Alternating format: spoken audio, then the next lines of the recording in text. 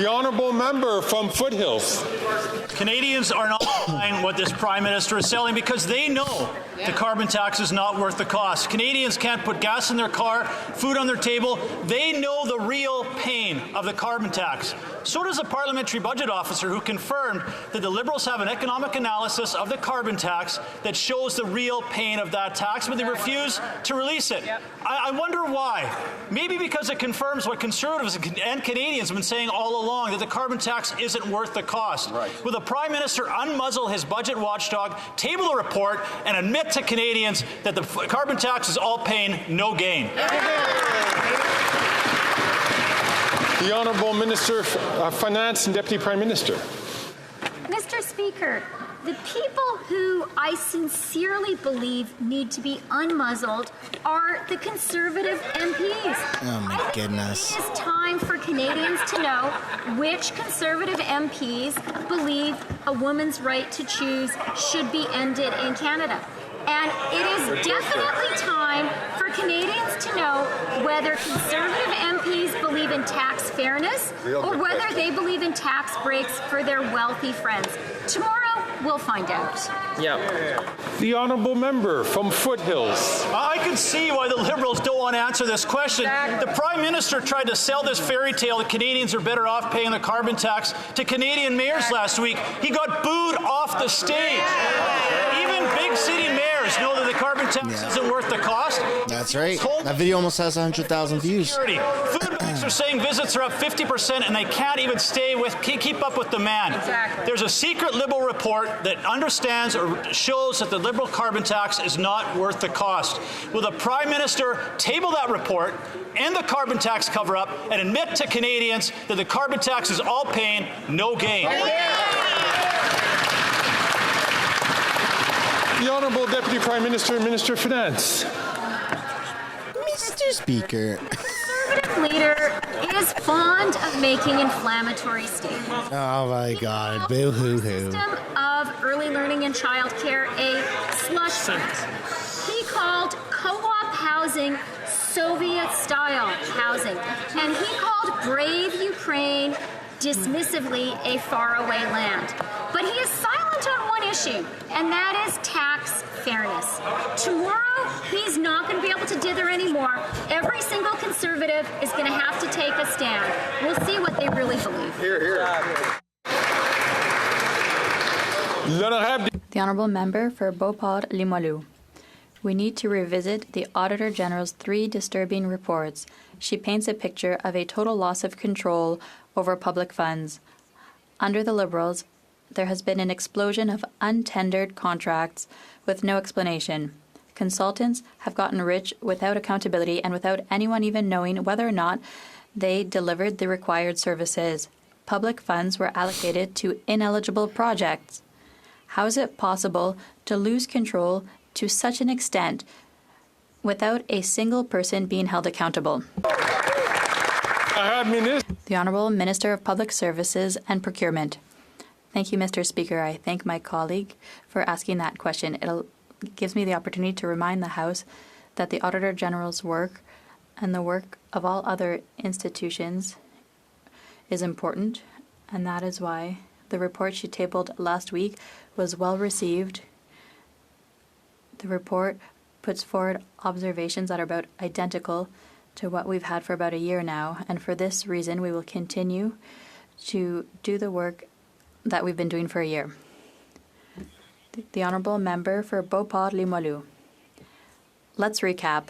Public funds spent untendered and unmonitored on companies that we don't even know whether they fulfilled their mandate. Sustainable development money diverted to interests having nothing to do with the environment. No decision-making at the top, despite minutes confirming these problems and warnings from whistleblowers. Conflicts of interests, ethical problems. I have a riddle for the Liberals. Am I talking about the AG's reports, or am I taking stock of the Prime Minister's career? The Honourable Minister of Innovation. Thank you, Mr. Speaker. Mr. Speaker, I thank my colleague for her question, but honestly, Mr. Speaker, I'm a bit surprised because, in fact, that criticism usually comes from the Conservative Party. As she knows very well, on SDTC. This is an organization that was created by Parliament. The chair of the board of directors stepped down and more as well. But more importantly, we've changed the model to continue to send money to small businesses that fight climate change. Many of them are in Quebec, Mr. Speaker. So on this side of the House, we will always do what's needed to ensure governance and support our small businesses throughout the country. The Honourable Member for Poilievre. The Auditor General's reports, especially the one on McKinsey, do much more than expose specific problems. They are about the Prime Minister's entire record. These reports portray a government that has no qualms about breaking its own rules, a government that doesn't sweat the ethics, a constantly negligent government under which a culture of complacency and waste of public funds has emerged. In its report on McKinsey, the AG points to a widespread problem. How can this widespread problem be resolved when, in the end, it is merely the result of the Prime Minister's leadership style? The Honourable Minister of Public Services and Procurement. Thank you, Mr. Speaker. Thank you once again to my colleague. I'll note the same things I summarized earlier. The work of the Auditor General is essential on this issue, but on many other issues where her guidance and recommendations change the way we can improve services to Canadians, including by increasing confidence in processes. We have many other things to do as well. For example, continuing to invest in the middle class. There was a good announcement last week. For the first time, interest rates have gone down. Yeah, but it's false. And Middlesex. After 9 years, this Prime Minister is not worth the cost. Canadians are struggling to afford food, and the NDP Liberal government doesn't care. From their carbon tax to red tape to the ban for plastics for produce, every single bad policy that this government announces hurts our farmers and makes food more expensive. One farmer paid over $25,000 in a single month in carbon tax alone. Farmers can't absorb these costs. And no, they don't get a rebate check. So when will the NDP Liberals get out of the way and pass Bill C-234 in its original form? Honourable Deputy Prime Minister and Minister of Finance. Mr. Speaker. We do believe it is essential to make investments to make life more affordable for Canadians. That's why we have put forward the most ambitious housing program in Canadian history. That's why we are making dental care available to 2 million Canadians already. That's why we've created a national system of early learning and childcare. And we know it's important to pay for this in a fiscally responsible way. So we have a plan for tax fairness. But the Conservatives prefer austerity and helping their wealthy pals. Tomorrow they're going to have to admit it. Honourable Member from Lantern Kent, Middlesex. Well, another fairy tale from a Liberal who clearly doesn't understand food production. The government can't deny that paying $25,000 in a single month in carbon tax is punishing this farmer. The NDP Liberals live in la-la land if they don't think that these costs get passed on to Canadian families. So when will this government leave fantasy land, stop hurting our farmers, and pass Bill C-234 in its original form? The Honourable Leader of the Government in the House of Commons. Mr. Speaker, Canadian farmers know, but this member apparently does not, that 95% of all farm fuels are already exempt from the price on pollution. And as for Bill C-234, the very tortuous parliamentary process that this party has submitted that bill to, I'm glad that my counterpart, their House Leader, has finally relented and allowed it to be debated today. But we'll see how the opposition determines to go forward on that bill that they presented and they are responsible for. Yeah, good point. The Honourable Member for Beauce. Mr. Speaker, after 9 years, the Bloc Liberal coalition continues to make life more expensive for Canadian families and farmers. By allowing the Senate to gut Bill C-234, they are contributing to the demise of a generation of farmers.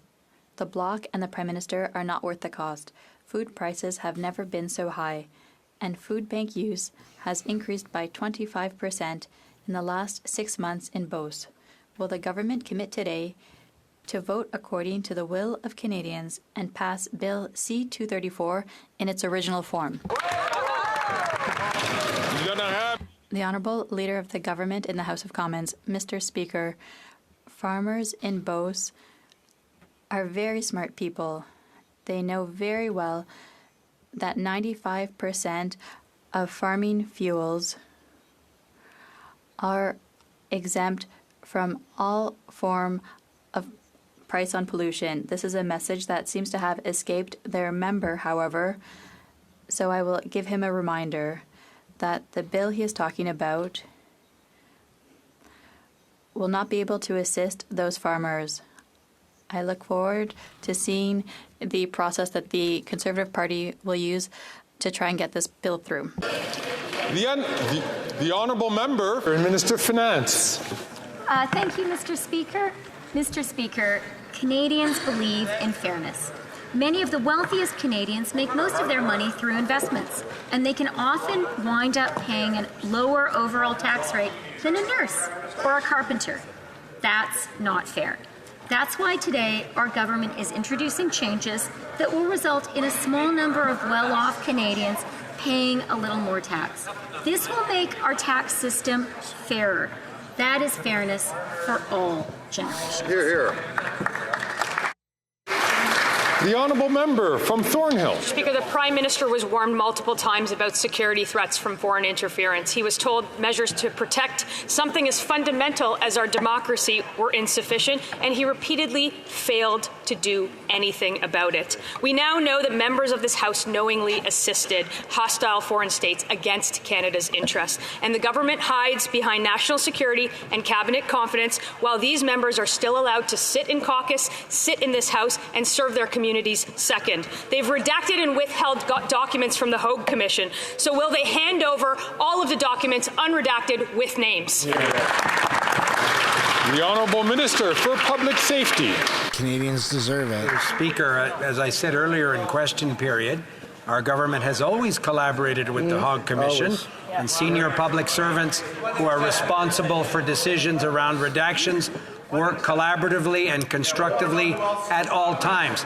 And as I said, Mr. Speaker, obviously the government will ensure that the Hogue Commission has access to all of the documents necessary to do the important work that we've asked them to do. That's been our position since we created the Hogue Commission, and that will continue to be the work we'll do. Member from Thornhill. A really long way to say no. Canadians want to know who is working against. I'm going to just Oh, something's going on with their comms. injure either our interpreters or other members who are listening on the earphones. If there's any earphones that are near a microphone, I just ask members if they could put them in the proper place to make sure that we don't get that Larson effect. The honourable member from Thornhill from the top, please. Saying that that is a very long way to say no. And Canadians deserve to know who is working against Canada. Right. Their responses have been a convoluted finger-pointing exercise of secret committees, or worse, dismissive, boo-hoo, get-over-it statements from someone who once sat on the very committee that just... I'm going to just stop the member once again. I see that members are not having any translation services. I'm going to continue talking until... Do they hear a translation at this time? Do we hear translation at this time, members? Or is there any translation into French? Yes, there is. I'm going to ask, once again, the honourable member to start from the top. Mr. Speaker, Canadians deserve to know who is working against Canada, and the best way... My God. The honourable member, we seem to be having some translation difficulties. Could I ask the honourable l'honorable député de Joliette? Monsieur le Président, l'interprète signale qu'il y a eu un effet Larson. Donc,